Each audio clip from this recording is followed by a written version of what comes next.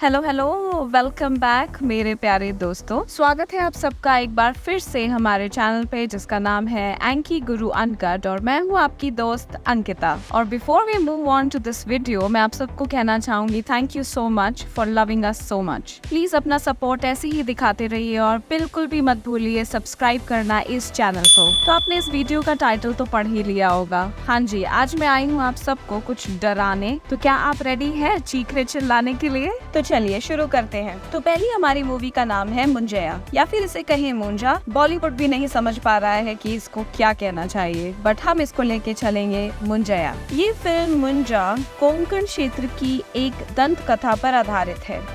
दंत कथा मतलब जो पुराने जमाने से कही जाने वाली कहानियाँ उस क्षेत्र में बोली जाती हैं, दादी नानी के मुंह से सुनी होंगी आपने, उसे कहते हैं दंत कथा। तो कहानी ये है कि सनातन संस्कृत में वर्णित संस्कारों में से एक को पूरा करते समय एक छोटे से लड़की की मृत्यु हो जाती है, जिसे अपने से बड़ी उम्र की एक युवती से एक तरफा बहुत ज्यादा प्यार होता है। उसकी आत्मा अब अशांत है और उसे शांति तभी मिलेगी जब उसकी इच्छा पूरी हो जाएगी। और ये काम करने के लिए हैरी पॉटर जैसी शक्ल और बालों वाला बिट्टू उसे समझ आता है। वह बिट्टू के सहारे अपनी तलाश पूरे करने की फिराक में दर दर भटक रहा है और बिट्टू को भी अपने से बड़ी ही उम्र की लड़की से एक तरफा प्यार है ना पूरा फिल्मी ट्विस्ट। लेकिन कहानी अभी फिर से उसी गांव जाती है जहां मुंजया की मौत असली में हुई थी, जहां के एक पेड़ की दूर तक फैली जड़ों पर मुंजया का कंट्रोल है। बिट्टू की मम्मी यहाँ भी बिट्टू को लेकर परेशान है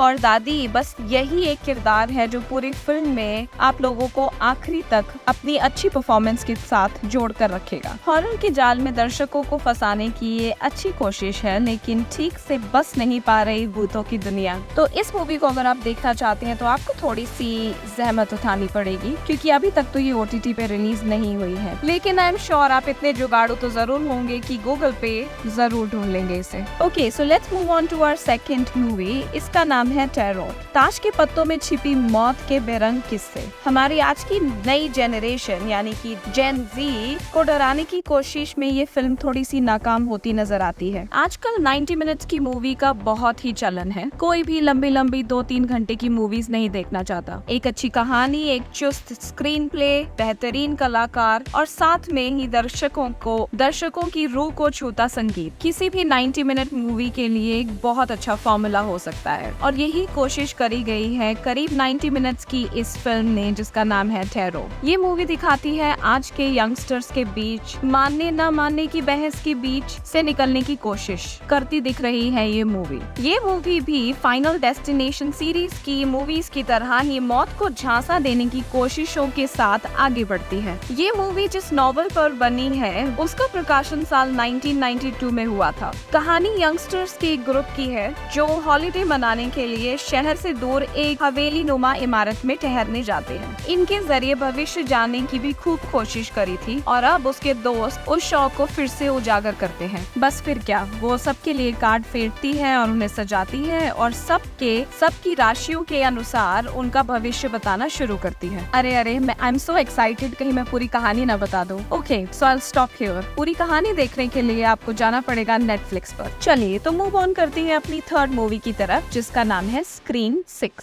स्क्रीम 6 की अच्छी बात ये है कि अगर आपने इस फ्रेंचाइजी की पुरानी कोई भी फिल्म नहीं देखी है तो भी आप इस मूवी को देख सकते हैं और ये आपको आसानी से समझ भी आ जाएगी। हालांकि कुछ सवाल ऐसे हो सकते हैं जो आपके जहन में जरूर रह जाएं। तो आखिर क्या है इसकी कहानी? तो स्क्रीम 6 की कहानी दो बहनों के इर्द गिर्द घूमती है जो एक नए शहर में शिफ्ट हुए हैं। सैम और टारा के साथ उनके दो पुराने दोस्त जैस्मिन और मेसन भी हैं। इन दोनों सिस्टर्स के पिता एक सीरियल किलर भी थे और कई लोगों को बहुत पसंद भी थे। इन दोनों बहनों को मारने की कोशिश भी की गई थी और इसी वजह से एक नए शहर में जाते हैं। लेकिन यहाँ भी वो सिलसिला रुकता नहीं है। यहाँ पर उन्हें एक मास्क मैन द्वारा मारने की कोशिश की जाती है। आसान शब्दों में तो यही कहानी है, लेकिन इस कहानी को बेहद दिलचस्प अंदाज में दिखाया गया है। अब उन्हें कौन मारना चाहता है, क्यों मारना चाहता है और क्या वो इसमें सफल होता है या नहीं, इसके लिए तो आपको ये मूवी देखनी पड़ेगी। And this movie is also on Netflix. चलिए तो दो सिस्टर्स से मूव ऑन करते हैं और आपको ले चलती हूँ एक डॉल की कहानी पर। बट प्लीज, ये एनाबेल नहीं है। इस मूवी का नाम है मेगन और ये डॉल डॉल आपकी रूह भी कपा देगी। फिल्म मेगन की कहानी एक जेमा नाम की महिला और उसकी भतीजी के बारे में है। जेमा एक रोबोटिक्स है जो रोबोट्स बनाती है। वो अपनी अनाथ हो चुकी भतीजी केटी का ध्यान रखने के लिए उसे अपने घर ले आती है, और क्योंकि वो बहुत उदास होती है, जेमा अपनी भतीजी के लिए एक डॉल बनाती है, यानी कि रोबोट डॉल। एनाबेल को भुला देगी ये किलर डॉल मेगन। मेगन आपकी नई बेस्ट फ्रेंड और इंसानों का सबसे बुरा सपना है। खुद से सब कुछ सीखने वाली ये रोबोट डॉल किस तरह बागी बन जाती है और किस तरह अपने रास्ते में आए सबको मौत के घाट उतारने लगती है, मूवी उसी बारे में है। एक फन फैक्ट इस मूवी के बारे में ये भी है कि इस मेगन खूंखार डॉल के पीछे एक 12 साल की बच्ची है जिसने इस डॉल का किरदार निभाया है। And this doll will not disappoint you. ये मूवी भी आपको नेटफ्लिक्स पर मिल जाएगी। और हाँ, ये सारी मूवीज जो मैंने अभी आपको बताई हैं सारी की सारी हिंदी में है। चलिए तो अपनी गाड़ी को आगे बढ़ाते हैं और पहुंचते हैं अपनी आखिरी मूवी की तरफ, यानी कि हमारी लास्ट मूवी, 5th मूवी, जिसका नाम है टॉक टू मी। ये सबसे अच्छी हॉरर फिल्म है जो मैंने हाल ही में देखी है। ये हॉरर जॉनर की एक बेहतरीन क्लासिक मूवी है। ये ताज़ा, रोमांचकारी, मनोरंजक लगती है और इसके मूल में एक